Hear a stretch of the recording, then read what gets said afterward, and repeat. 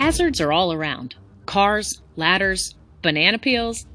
A staircase can be a hazard. The risk is possible injury, or worse. Hazards are anything that can cause harm. Risk is the potential for a hazard to cause harm.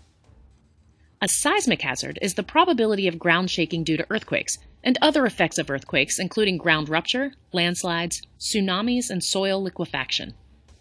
Seismic risk is the likelihood that humans might sustain injuries and fatalities, plus economic losses due to the hazard. Risk and the perception of risk are not always aligned. A seismic hazard map assesses the possibility of future ground shaking at a location based on the past history of nearby earthquakes and ground shaking, plus what we know about faults in the area from geologic, geodetic, and seismological information.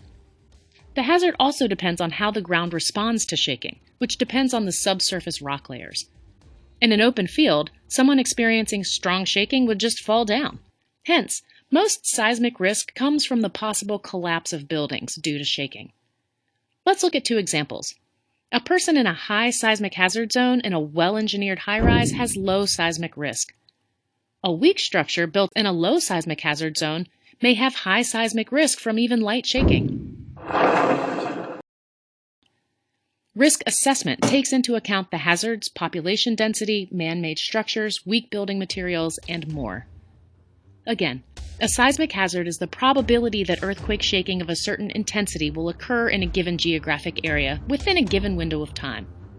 From that, risks can be assessed and included in mitigation efforts.